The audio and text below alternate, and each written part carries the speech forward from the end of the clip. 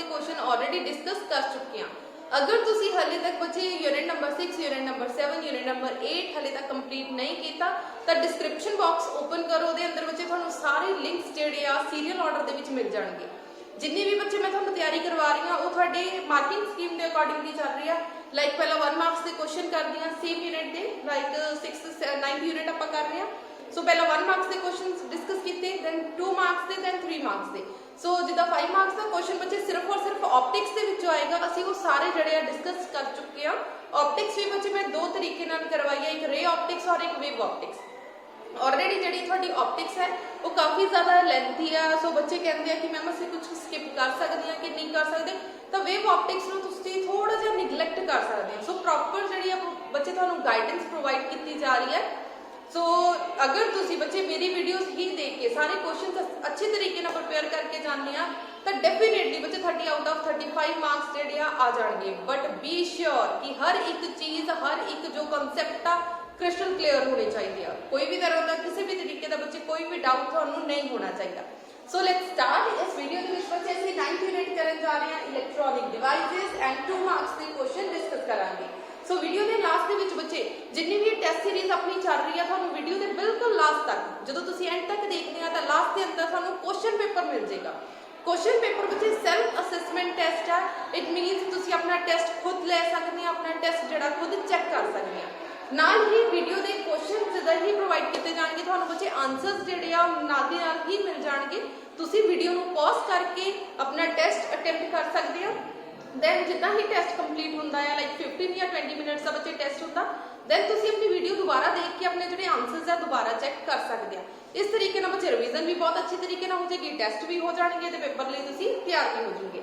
So all the very best for final exam. बहुत अच्छे exam देना। जो थोड़े बच्चे एग्जाम हो गए तो एक बार कमेंट सैक्शन के जरूर दे देना कि थोड़े मार्क्स किस तरह के दे आए, क्योंकि थोड़ा मेहनत कराते हुए अगर थोड़ी मार्क्स अच्छे आएंगे तो डेफिनेटली बच्चे मैं बहुत खुशी होगी। सो चलो बच्चे आप क्वेश्चन स्टार्ट करते हैं। 2 मार्क्स के क्वेश्चन इलैक्ट्रॉनिक डिवाइसेस के क्वेश्चन मोस्ट इंपॉर्टेंट है और किहड़े एक्सपैक्टेड क्वेश्चन है, सो आप सारे डिस्कस करांगे इस वीडियो दे विच। So let's start.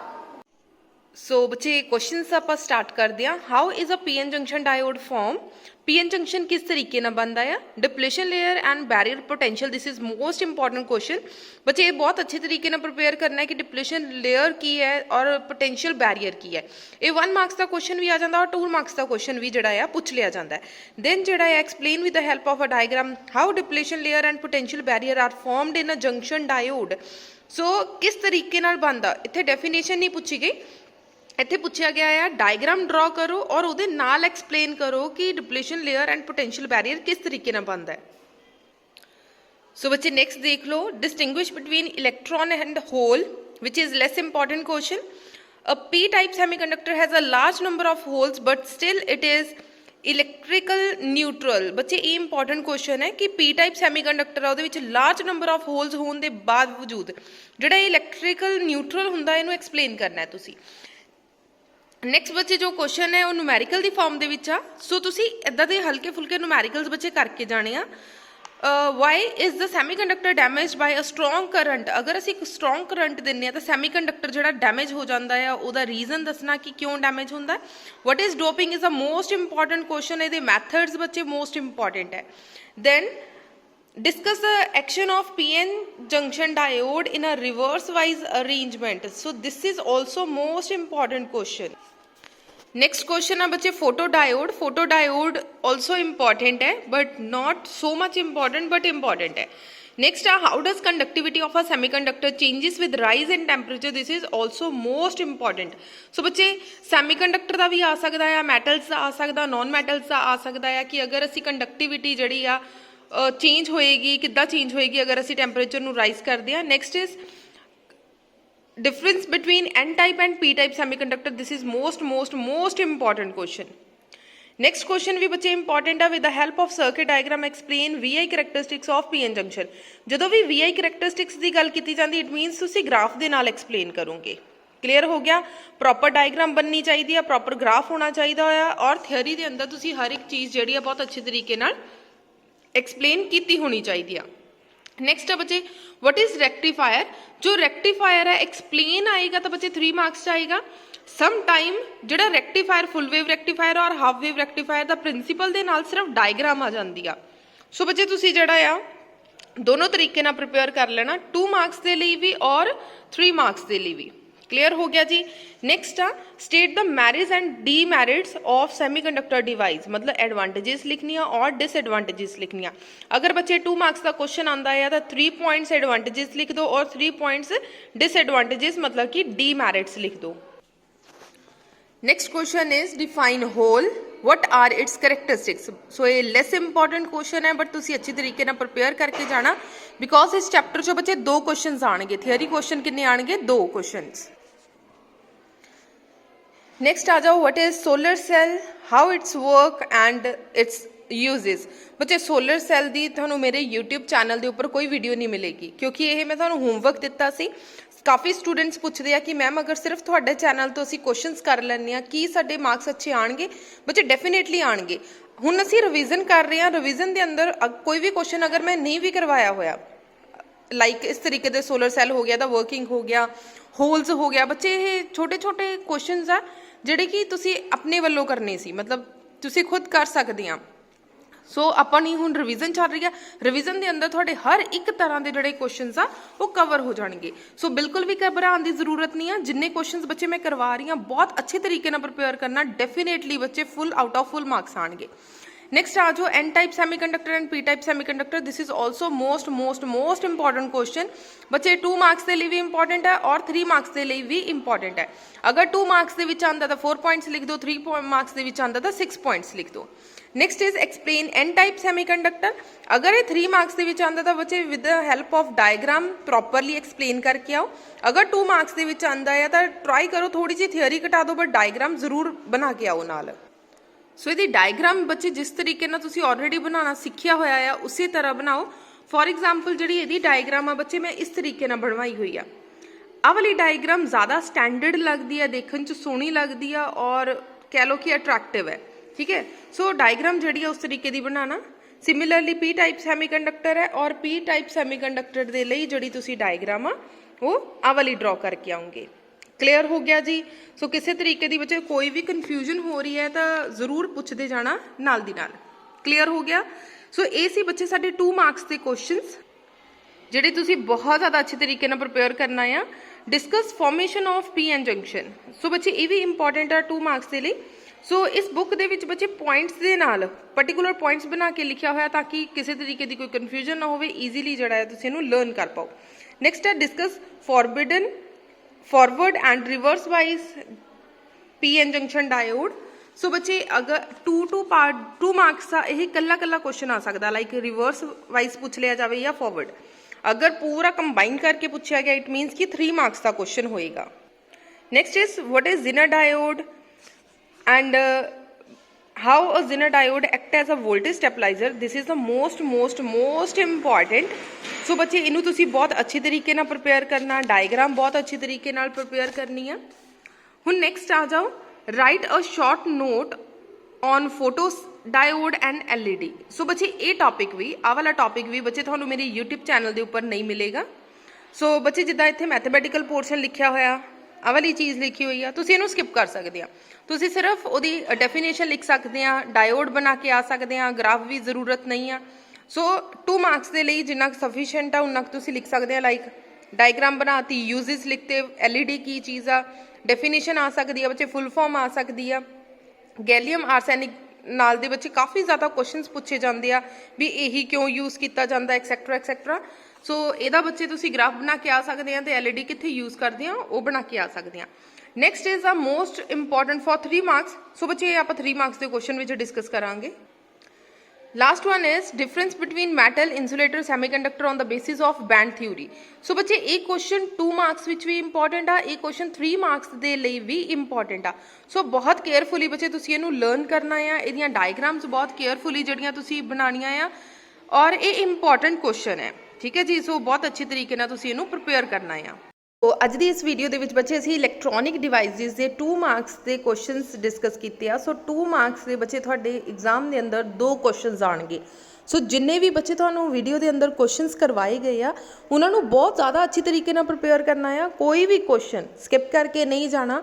अगर किसी भी क्वेश्चन कोई तुहानूं कन्फ्यूजन हुंदी आ या तुहानूं क्लीयर नहीं हुंदा, डाउट हो रहा आ, तो बच्चे तुसीं पुछ सकते हैं। अदरवाइज तुसीं 9th यूनिट की प्लेलिस्ट ओपन करके क्वेश्चनस कर सकते हैं। बट कुछ एक क्वेश्चनस लाइक सोलर सैल्स हो गए, डायोड्स हो गए, कुछ एक टॉपिक्स जोड़े आ मैं यूट्यूब के उपर नहीं करवाए हुए। अगर थानू किसी भी क्वेश्चन कोई भी प्रॉब्लम होंदी है तो बच्चे तुसीं कमेंट सैक्शन दे विच पुछ सकते हैं या फिर टैलीग्राम चैनल के उपर पुछ सकते हैं।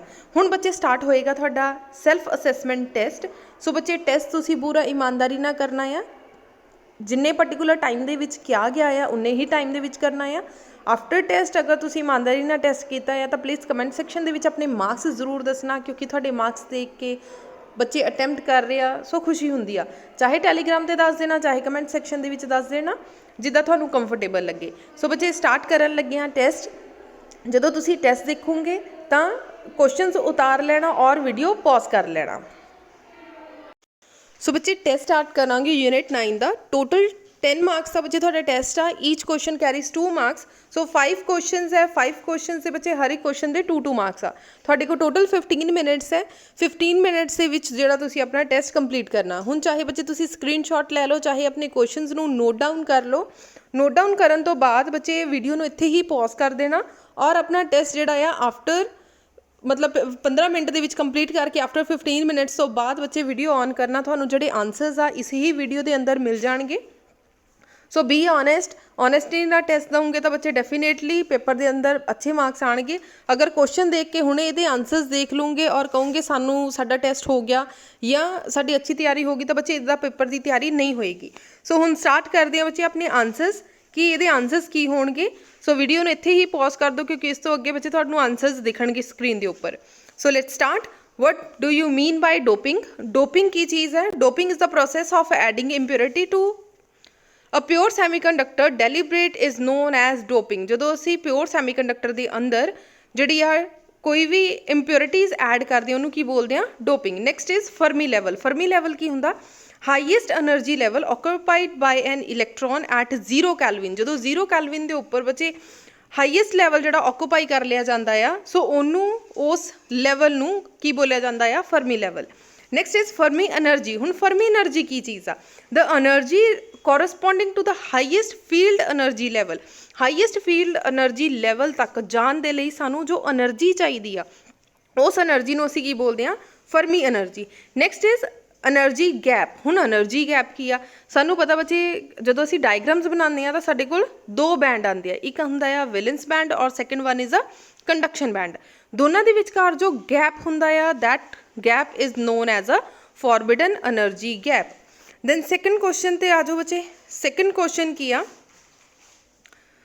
कि तुसी एन टाइप सैमीकंडक्टर नूं एक्सप्लेन करना है। सो बच्चे थियरी है, दैन डायग्राम तुसी प्रॉपर वे नाल एक्सप्लेन करोगे।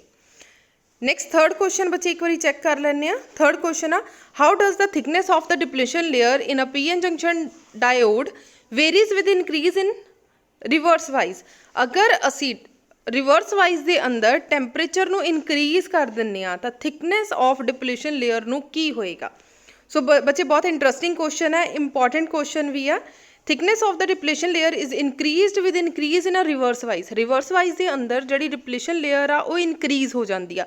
सो इनू बच्चे तुसी डायग्राम बना के प्रॉपरली एक्सप्लेन करना है कि डिप्लेशन लेयर किद्दां इनक्रीज होंदी आ। और बैटरीज जड़ियाँ रिवर्स वाइज के अंदर की हुंदा आ पॉजिटिव पी टाइप नूं नैगेटिव दे नाल जोड़ना है और एन टाइप नूं पॉजिटिव टर्मिनल दे नाल जोड़ना। नैक्सट आ what is rectification? Rectification is a process of converting AC current into DC current.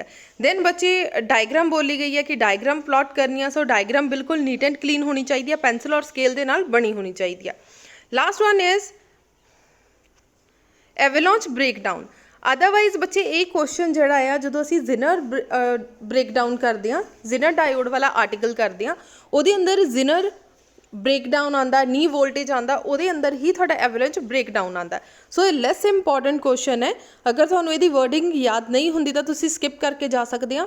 But अगर तुसीं 30 आउट ऑफ 35 मार्क्स सोच रहे हैं कि साडे फुल मार्क्स आण तो बच्चे हर एक क्वेश्चन जोड़ा है कवर करके जाओ। Breakdown of a covalent bond of ਔਰ lightly doped PN junction diode due to the high reverse bias. ਜਦੋਂ ਅਸੀਂ ਰਿਵਰਸ ਵਾਈਜ਼ ਦੇ ਅੰਦਰ ਪੀਐਨ ਜੰਕਸ਼ਨ ਦੀ ਰਿਵਰਸ ਵਾਈਜ਼ ਦੇ ਅੰਦਰ ਬੱਚੇ ਜਦੋਂ ਅਸੀਂ ਉਹਨੂੰ ਕਰੰਟ ਦਿੰਨੇ ਆ ਤਾਂ ਕੋਵਲੈਂਟ ਬੌਂਡ ਜਿਹੜੇ ਆ ਟੁੱਟਣੇ ਸਟਾਰਟ ਹੋ ਜਾਂਦੇ ਆ।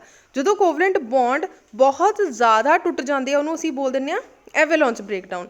ਥਰਮਲੀ generally electrons and holes collide with the valence electron to cause an avalanche of covalent bond। ਸੋ ਬੱਚੇ ਇਹ ਸੀ ਤੁਹਾਡਾ ਅੱਜ ਦਾ ਟੈਸਟ। ਸੋ ਆਪਣੇ ਟੈਸਟ ਬੱਚੇ ਧਿਆਨ ਨਾਲ ਚੈੱਕ ਕਰਕੇ ਸੋ ਕਮੈਂਟ ਸੈਕਸ਼ਨ ਦੇ ਵਿੱਚ ਆਪਣੇ ਮਾਰਕਸ ਦੱਸ ਸਕਦੇ ਆ ਕਿ ਤੁਹਾਡੇ ਮਾਰਕਸ ਕਿੰਨੇ ਆ ਰਹੇ ਆ। ਸੋ ਜਾਂਦੇ ਜਾਂਦੇ ਵੀਡੀਓ ਨੂੰ ਲਾਈਕ ਕਰ ਦਿਓ ਔਰ ਮੈਕਸਿਮਮ ਸ਼ੇਅਰ ਕਰ ਦਿਓ। Thank you so much.